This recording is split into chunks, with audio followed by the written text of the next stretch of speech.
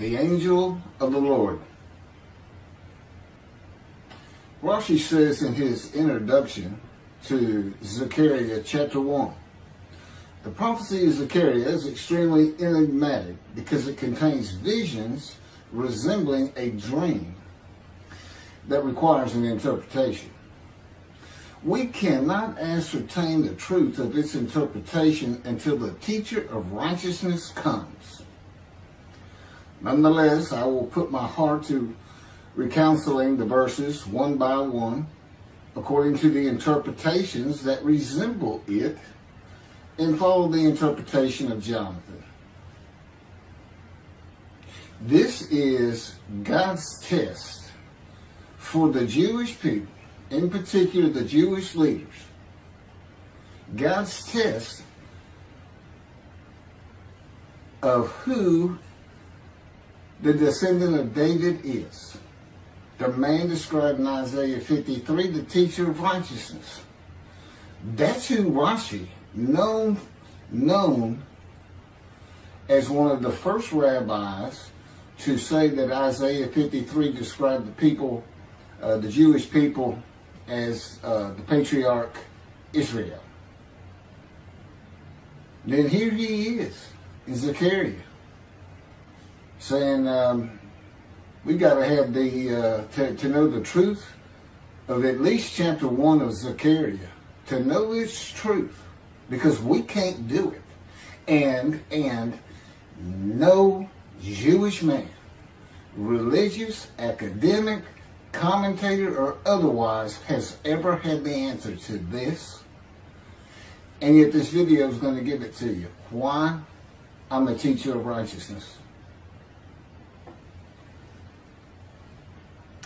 This is Zechariah chapter 1, verses 7 through 12. That's the preamble that Rashi leads into before he starts his commentary. And this is in Midrash form. That's where I take parts of a verse and interpret each in individual segments. Verse 7. On the 24th day of the 11th month of the second year of Darius, the month of Shebat, this word of the Lord came to the prophet Zechariah, son of Berechiah, son of Iddo. This word of the Lord. This verse continues with, in the night I had a vision, which is not a word of the Lord. The word of the Lord coming to Zechariah means the messenger of the words of God has come to Zechariah, who is the angel of God's presence, and the word of the Lord. Literally, that's his name. He has alighted upon Zechariah to bring a vision from God. Not a word, a vision. Verse 8. In the night I had a vision. I saw a man mounted on a bay horse standing among the myrtles in the deep, and behind him were bay, sorrel, and white horses.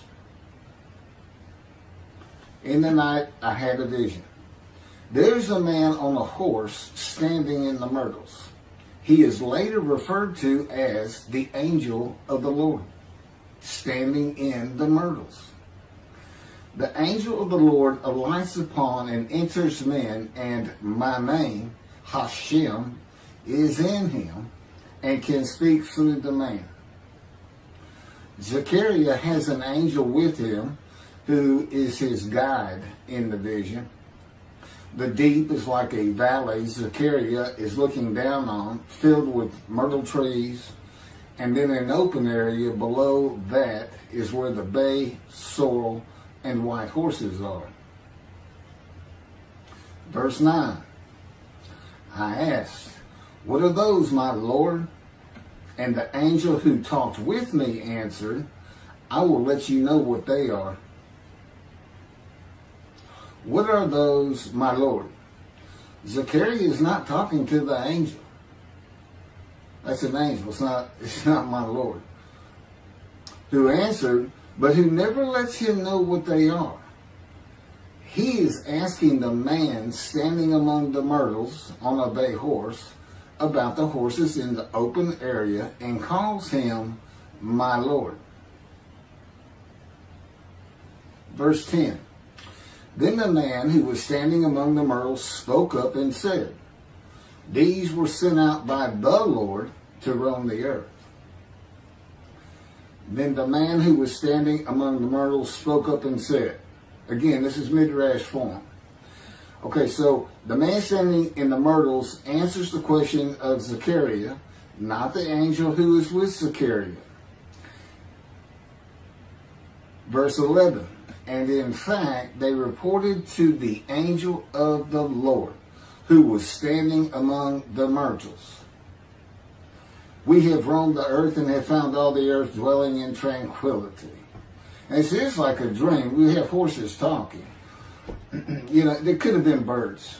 Anything that can go far and go a long ways out and then come back. In this case, for this story or for this dream that was given to Zechariah, it's horses. And in fact, they reported to the angel of the Lord. They who reported are the horses who have gone to and fro throughout the earth, and they spoke the report to the angel of the Lord, who was standing among the myrtles. The angel of the Lord, who was standing among the myrtles, has alighted upon and entered the man standing amongst the myrtles. The angel of the Lord is using this man as his visible presence. You cannot see the angel of the Lord. Just as he once used a burning bush for his visible presence, and God spoke through him to Moses. Not just as his visible presence, he also used the man to say, these were sent out by the Lord to roam the earth.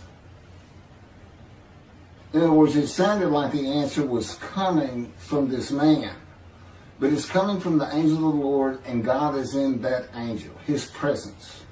Because that's the angel of his presence. You can find that in Isaiah chapter 63.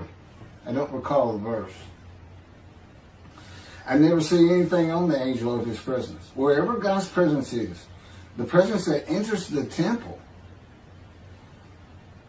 I never hear any mention of the angel that has to be with him. Why? It's the angel of his presence, who is the angel of the Lord. Yeah, I believe, and I'm not certain about this, but I've heard it at least one or two times, and that is Christianity believes the angel of the Lord is Jesus Christ. Thereupon the angel of the Lord exclaimed, O Lord of hosts, how long will you withhold pardon from Jerusalem and the towns of Judah, which you placed under a curse 70 years ago? Thereupon the angel of the Lord exclaimed. Okay, so the angel of the Lord exclaimed through the man. Zechariah heard the words come from the man standing in the myrtles. It is the only way Zechariah could have heard the words. The angel of the Lord can only speak to the man he has alighted upon. Ezekiel describes this as a spirit entered into me and set me upon my feet, and I heard what was being spoken to me. O Lord of hosts, how long will you withhold pardon from Jerusalem and the towns of Judah, which you placed under a curse 70 years ago? The following verses are from the book of Isaiah regarding this curse. Isaiah chapter 43, verse 2. So I profaned the holy princes. I abandoned Jacob to proscription and Israel to mockery. That, of course, is God speaking. The profaning of the holy princesses is God's prophecy of the banishment of King Jeconiah and all his offspring from ever ruling over Judah and Jerusalem again. The line of the kings of Judah ended. The line described king by king in the first book of the New Testament of Christianity. the line of Jesus.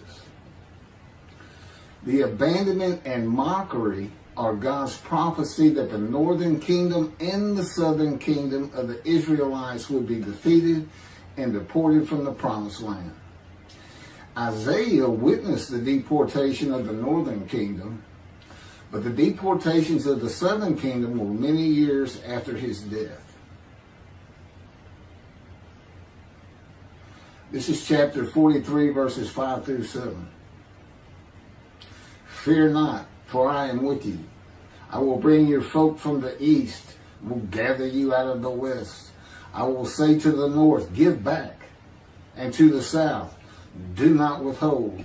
Bring my sons from afar, and my daughters from the end of the earth, all who are linked to my name, who I have created, formed, and made for my glory.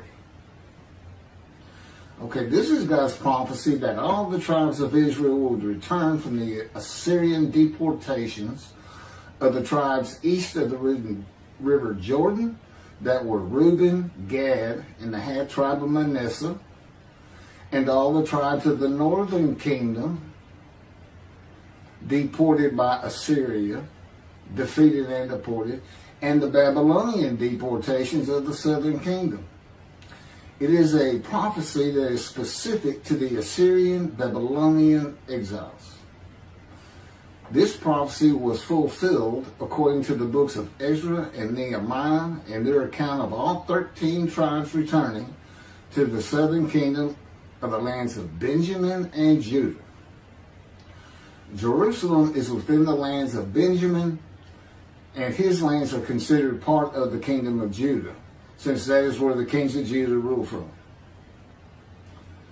10 tribes being lost and not returning is a myth. When the 7th month arrived, the Israelites being settled in their towns, the entire people assembled as one man in Jerusalem, as the man Israel, all of them. When the people Israel gather as one man, it is all 12 tribes who were allotted lots of the promised land, and the Levites, they did not receive a portion. They were allowed to go from lot to lot, tribe to tribe, and everybody was supposed to take care of them. The Levites, that would be Levi, the son Levi, the priestly tribe without an allotment of the promised lands. Judahites and Benjaminites alone are not Israel, though all references to Israelites would include them. All of Israel had returned together to Jerusalem and Judah, mindful of the imported Gentiles in the northern kingdom, imported by the Assyrians, many of whom tried to stop the building of the second temple. This is why everybody returning, all 13 tribes, all went to Judah. The northern kingdom was occupied by Gentiles, I would assume Assyrians and Arabs.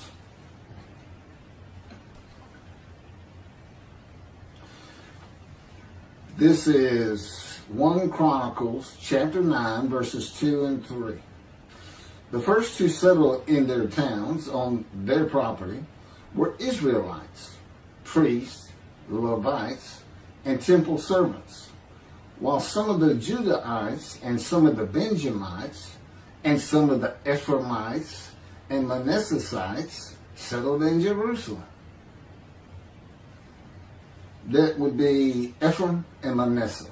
Manasseh was such a large tribe, it had to be broken in. It was broken in two. Half of it set up, their allotment was east of the river Jordan by about where Edom would be. And well, that was the tribe of Gad. Not Edom, Gilead, where the Tishbite, Elijah, the Gentile, was an inhabitant. Ramoth Gilead. Manassites, Ephraimites, and Judahites were the tribes with the largest allotment of the lands of Abraham, and Jerusalem is in the lands of the Benjamites. Those are who just got mentioned. The three largest lot owners. Okay, Benjamin, that's where Jerusalem is. He's important. And of course the priests, the Levites. So Ephraim and Manasseh were not lost tribes, as many believe from writings outside of the Bible. There never were lost tribes according to the Bible. Okay, so all 13 tribes returned and settled in new towns. The accounts of the deportations indicate there was not much left of the old towns. There is no account of how the new towns were settled, though it is unlikely it was based on prior ownership. The exile lasted too long for the deported owners to still be alive, and the tribes of the northern kingdom had to build new towns to live in. It also says the Levites settled in on their lands. So everybody had to pick and choose, and I'm sure the strong and wealthy got the best places, and again, many just settled in Jerusalem. Okay, this is Isaiah chapter 43, verse 14. Thus said the Lord, your Redeemer, the Holy One of Israel, for your sake I send to Babylon. I will bring down all her bars, and the Chaldeans shall raise their voice in lamentation. This is God's prophecy that Assyria would be conquered by the Babylonians, who were defeated by the Chaldeans. But they actually go back and forth and actually became somewhat intermingled, Chaldeans and Babylonians. And that he would raise up the Gentile anointed king Cyrus of Persia to conquer them, to clear the way for all the tribes to return. That's how he cleared the way to the desert or made rivers for them. Basically, he got Cyrus to release them. Chapter 43, verse 25. And I never hear anything about this. It is I who, for my own sake, wipe your transgressions away and remember your sins no more. Okay, this is God doing, and he says it's something new. I'm going to do something new for the Israelites. This story repeats with the new covenant that includes sin forgiveness of the Jewish people that arise with Elijah and the angel of the covenant after the exiles of the Roman dispersal return to the land of Israel in a time to come. That's from Jeremiah chapter 31. The Jewish people have returned from the Roman dispersal of them throughout the world, the diaspora, which means outside of the promised land, outside of Israel, to a land that lay desolate for more than 2,000 years until after the Holocaust, and they created the state of Israel in 1948. 70 years later, and that's funny too, because they talk about a curse of 70 years. That 70 years, I believe, just applies to the last of 3 deportations of Judah and the defeat by the Babylonians, because the northern kingdom had been defeated and deported long before that, and the first to be defeated and taken to the lands of Assyria was Gad, the half tribe of Manasseh, the lands east of the river Jordan.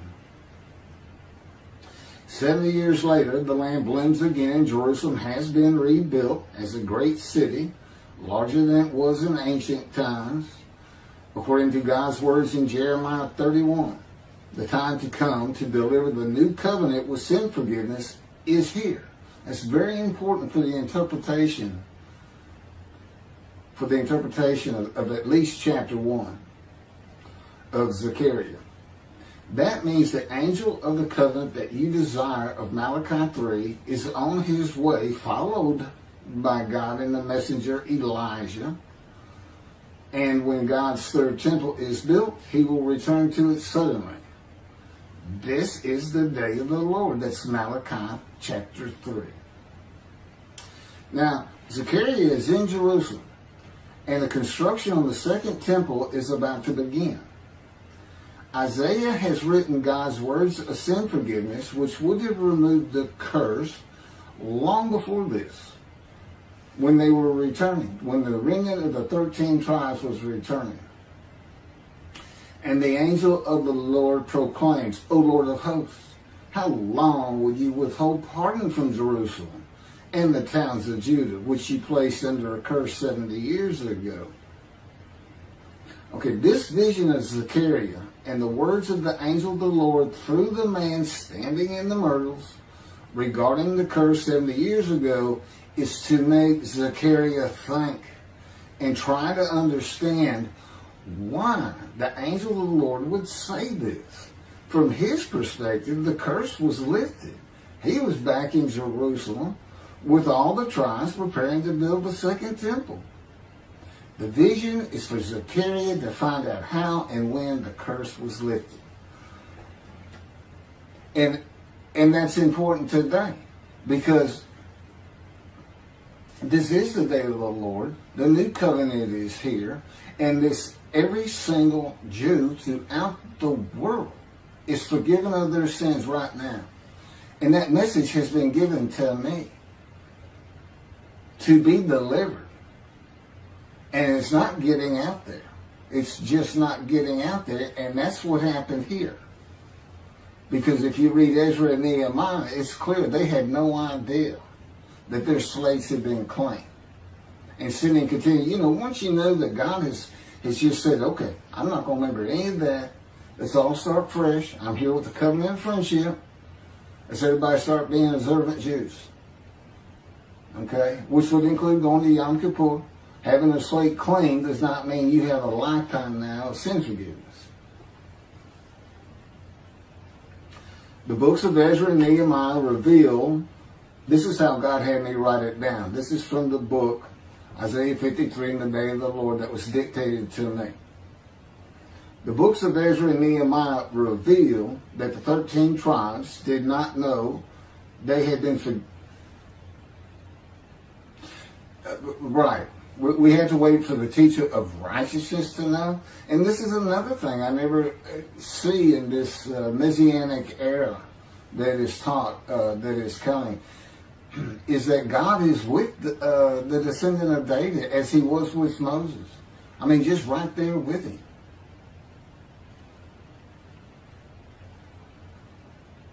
The books of Ezra and Nehemiah reveal that the 13 tribes did not know they had been forgiven of their sins to be a holy seed in the building of the second temple. If people know they have been forgiven and have a clean slate from past transgressions against God and his laws, they are more likely to stop their sinful ways and abide by his laws in the future. The scroll of Isaiah needs to be found and interpreted by Zechariah and the religious leaders so they will know of God's forgiveness of their sins. God will be returning before the temple is built. That would be the third temple, to test the devotion of his righteous servant and make him suitable for his purpose, which might prosper. That includes the building of the third temple. This would begin when his spirit alights upon the anointed one, Moshiach. His presence with his righteous servant will be necessary for the temple to be rebuilt.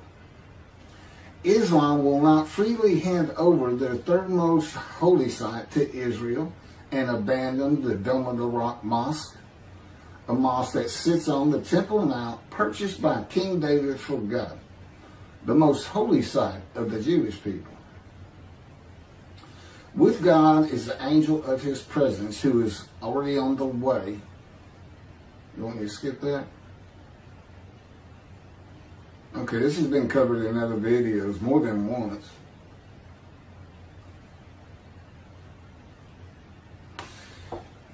The prophet like Moses will have other similarity to Moses beyond writing God's words at his command and direction. As this was written, at God's command and direction, I typed those words. To the greatest degree possible for any human being, Moshe's identity and existence became one with the Creator. Now that's who you're looking for when you say the prophet like Moses. It's not Joshua. I've heard that one, which is, it says right there on that page, there's never been another prophet like Moses. Well, his attendant Joshua standing right there, if that's... Anyway, Moshe's identity and existence became one with the Creator. I don't think you can say that of Joshua. I don't think you can say that of any man until the Spirit of God alights upon him in chapter 11 of Isaiah. He surrendered himself to God to the extent that our sages say the Shekinah, divine presence, which is the angel of his presence, who is the Holy Spirit. He's an angel, and his body is not human form with wings. His body is the Spirit of God. Wherever God is, his Spirit is. Wherever his presence is, the angel of his presence is. They're always together. So when they alight upon a man and say, okay, we have tasks for you, that man immediately becomes a man in divine beings.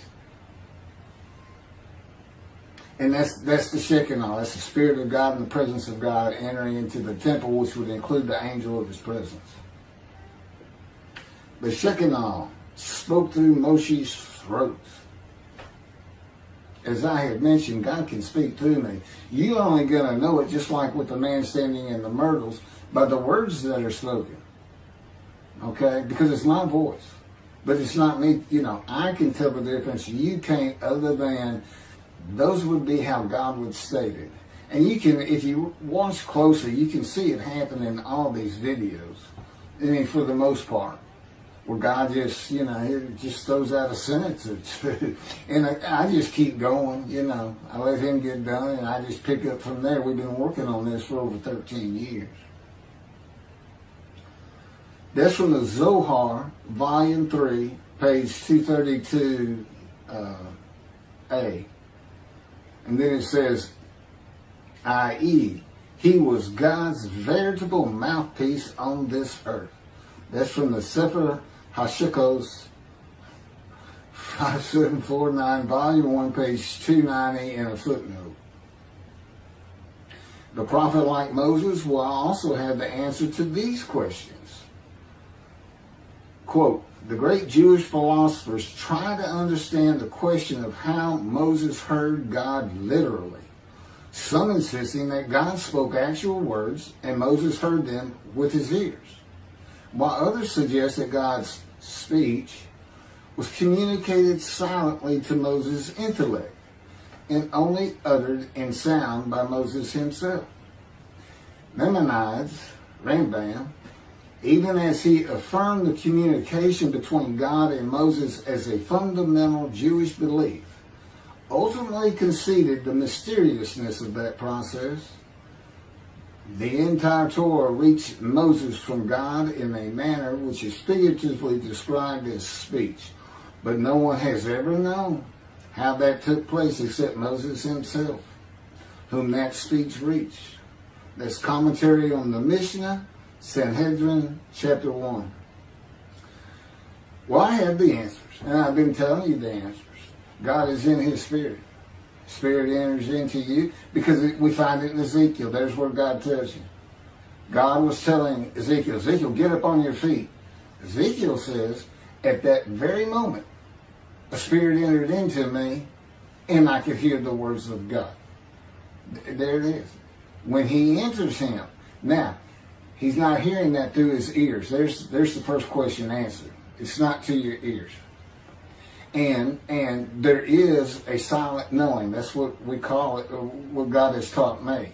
Now, generally, I just hear words as though they came in through my ears and they're in my mind, as though my eyes and my ears had perceived. But he can put just knowledge into my mind without uttering a word.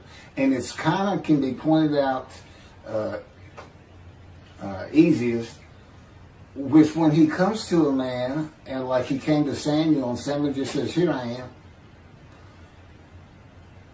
It's as though before he speaks to you, and this is what happened with me, he put in a knowledge in my mind that the God of creation was about to speak to me. And so when he did speak, it was as though he had always been there speaking to me. Not unlike how Adam would have felt.